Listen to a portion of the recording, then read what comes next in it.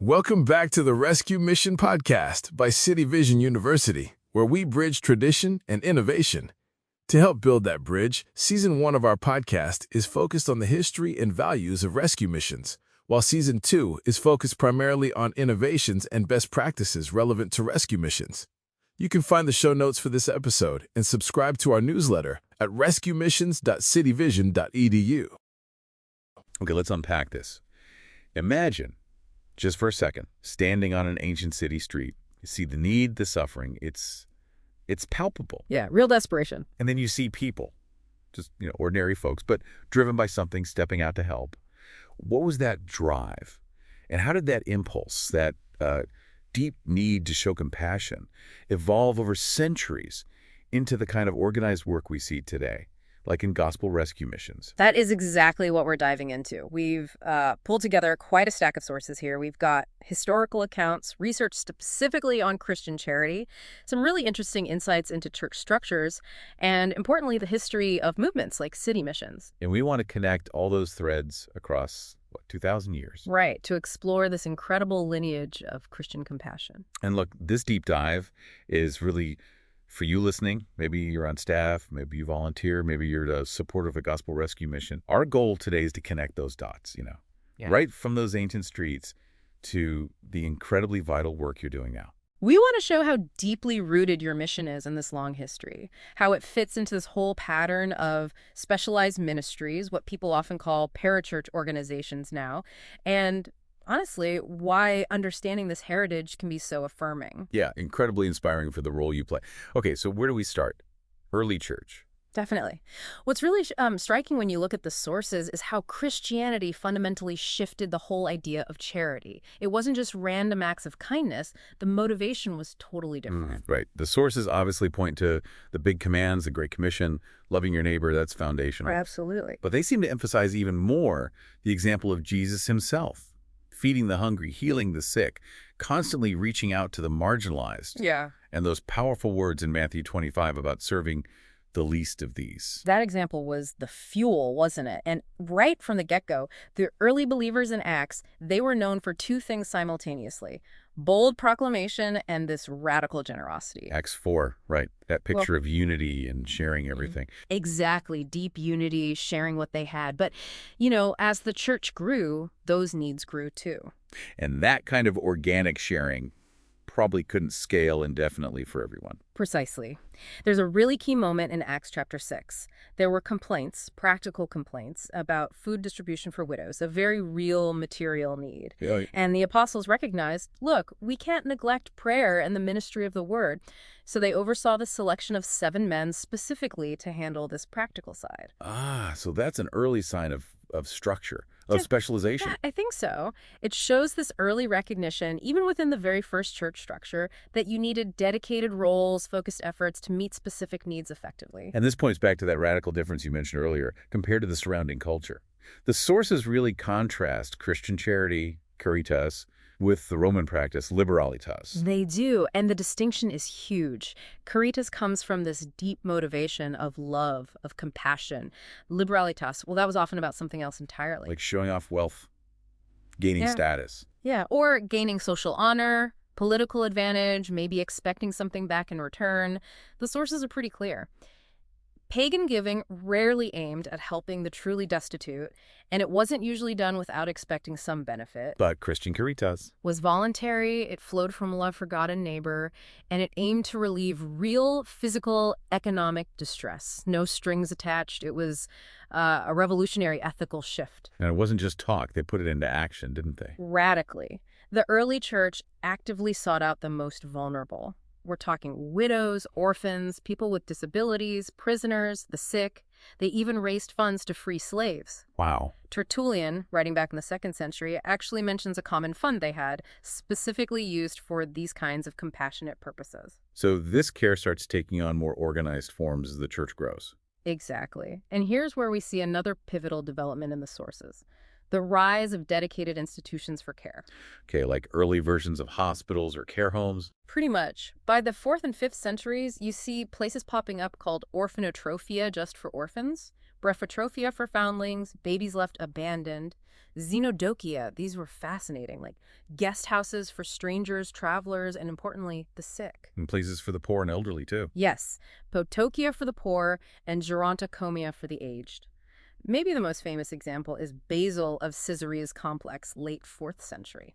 The sources describe it as a clear forerunner of the modern hospital. What did it have? It had medical facilities with actual nurses and physicians, housing for the elderly and infirm, a hostel, even care for lepers, all provided free of charge. This wasn't just basic aid.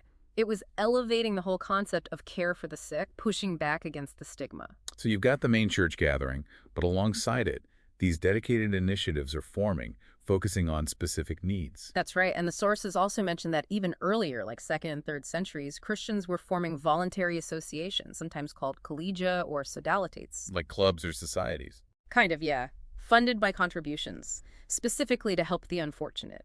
It's another early hint of organized Christian efforts happening alongside, or maybe extending beyond, the local church meeting itself. Which feels like a natural lead-in to monasticism, right? Many historians see that as the first clear example of what we might call a parachurch structure today. It really is a key development. Monasticism starts emerging around 80 to 70. Think of Anthony heading out to the desert. By the 4th century, you get communal monasteries organized by figures like Ptolemyus. And yeah, our sources definitely suggest seeing this as maybe the first significant appearance of that parachurch idea. Meaning a dedicated, organized group formed for a specific spiritual purpose, operating sort of in parallel with the established church. Exactly. Many monks were initially looking for deeper spiritual intensity, maybe felt the church got a bit worldly after Constantine. But their impact went way beyond just personal spirituality. Oh, absolutely. The sources emphasize how vital these monasteries became. They were crucial for preserving scriptures and other important writings. They established the first rudimentary schools, laying groundwork that Charlemagne later built on. And practical help, too. Hugely practical. They provided employment, pioneered advances in farming, industry, commerce, and critically, they operated some of the earliest, most comprehensive hospitals and care facilities. Monasteries often became the heart of local socioeconomic development. Whole villages grew up around them. And it wasn't just for priests or clergy, was it? That is a really important point the sources make. For its first, say, 800 years, monasticism was overwhelmingly a lay movement. So, ordinary men and women. Yes. It offered significant opportunities for service, for leadership, especially for women who often had fewer official roles in the church hierarchy back then. The sources say it allowed them to step free of inherited roles, dedicating themselves to service and spiritual life. Okay, so you have this dynamic. The broad church gathering everyone welcome, all ages, backgrounds, and then these highly committed, often specialized groups like monasteries focused on specific tasks or disciplines. And this is where Ralph Winter's framework is just incredibly helpful for understanding this. He uses two terms, modality and sodality. Go. A modality is the general fellowship, like your local church or a whole denomination. It's inclusive, old, young, male, female. Wow. A sodality, though, is a structured fellowship that requires, and this is key, an adult second decision for membership. A second decision, meaning more than just showing up. Right, a deliberate commitment beyond just general church belonging. And these sodalities are often limited by age or sex or a specific calling or task. Think of a missionary team or a monastery. Okay, so monasticism is a perfect example of a sodality, a dedicated group, specific mission, required a distinct commitment. Exactly. And Winter argues the early church naturally had both structures. You had the general assembly, the modality, like the synagogue model, but you also had the specialized missionary bands, the sodalities. And he saw the medieval period as having both working together. Yeah, he saw it as achieving a kind of synthesis where the modalities, parishes, dioceses, and the sodalities, the monasteries, the religious orders coexisted and often worked synergistically. The sodalities frequently brought new energy, new focus to the broader church. Then came the Reformation. Mm-hmm. Vital, obviously, but it disrupted that model, at least in Protestantism. It certainly did. The sources point out that the Reformation effectively ended monasticism in Protestant lands. One scholar, Bosch, notes Protestants essentially denied themselves a very important missionary agency. Wow. And it took centuries, really, for Protestantism to develop structures that could fulfill a similar role for focused, sustained mission work. Plus, the initial emphasis on tight control by church leaders might have led to a temporary dip in lay-led charity and evangelism. But eventually something else emerged to fill that structural gap. That's right. Fast forward a bit. The Enlightenment brings more religious toleration, and this idea of voluntarism takes root. Meaning religion is a personal choice, including where you affiliate and where you donate. Exactly. And an unintended but positive consequence was that this created fertile ground for a whole new flourishing of Christian voluntary societies. Okay, so these weren't official church programs, but groups started by Christians. Precisely. Yeah. You see early Protestant societies, especially in Britain, forming for very specific purposes, like the Society for the Propagation of the Gospel, SPG, or the Society for Promoting Christian Knowledge, SBCK, founded by Thomas Bray, focused on things like distributing Bibles and Christian literature. And then the Great Awakenings really poured fuel on that fire, didn't they? Oh, they turbocharged it. Yeah. The Awakenings in the 18th and 19th centuries brought deep personal revival, yes, but also ignited this powerful passion for social reform and organized missions. Leading to An absolute explosion of new voluntary societies. In Britain, you get the Clapham sect fighting slavery, the London Missionary Society, the British and Foreign Bible Society.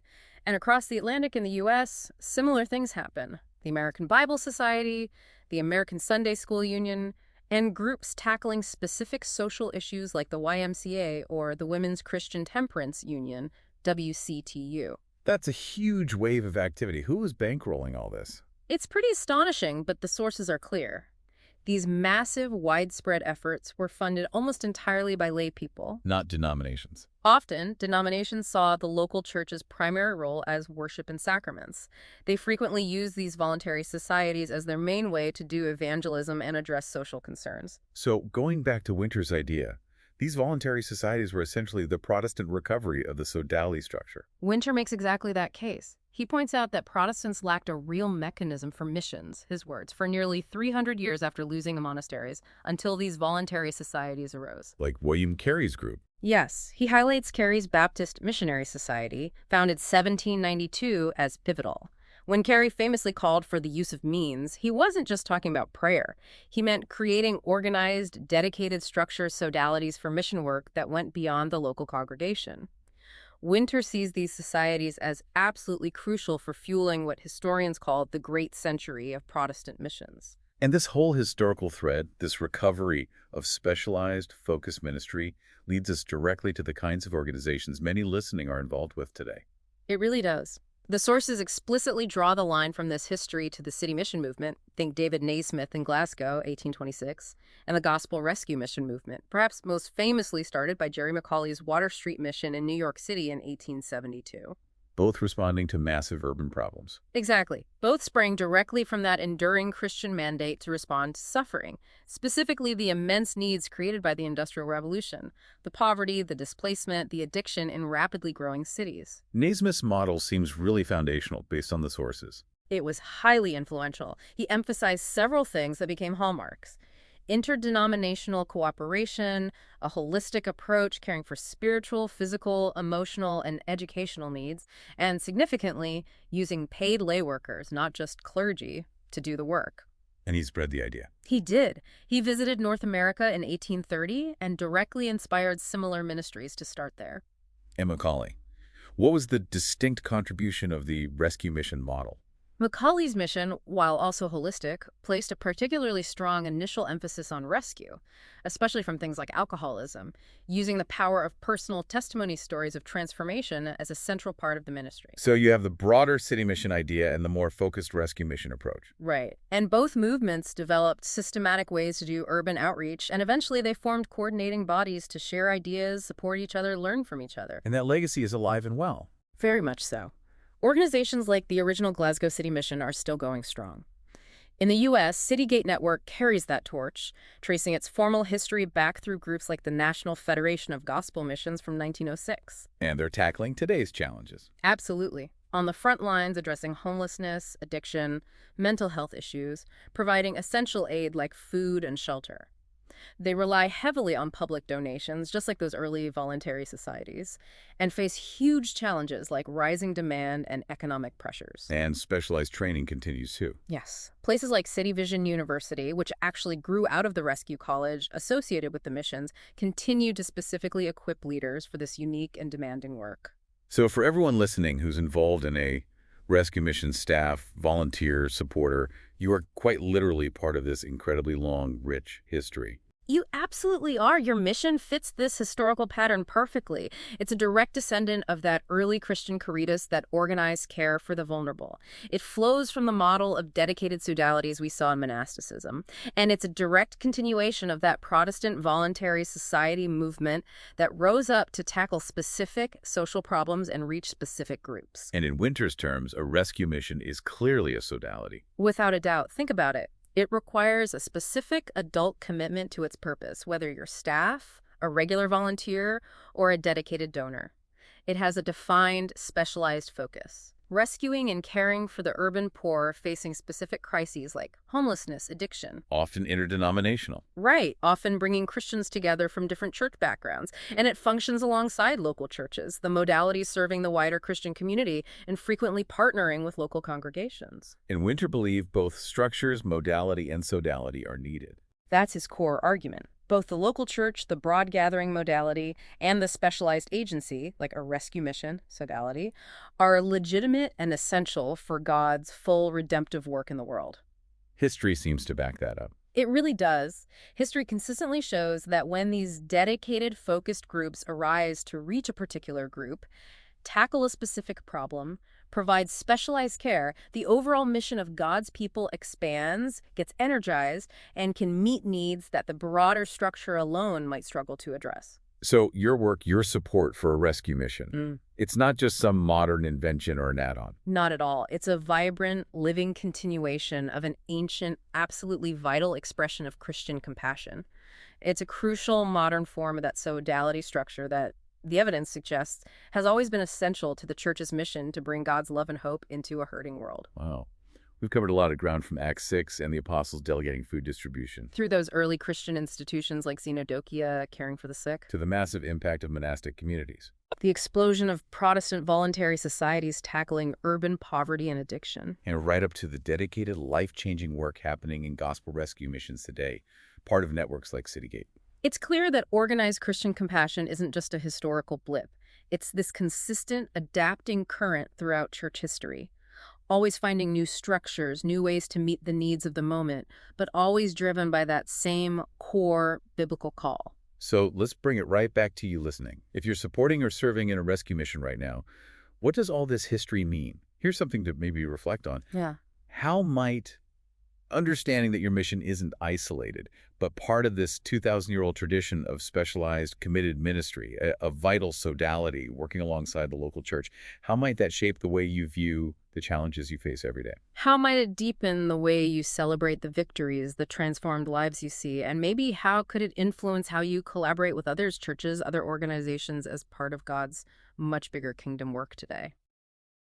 We hope you enjoy this episode and that it both inspires and equips you to serve the least, the last, and the lost in Jesus' name.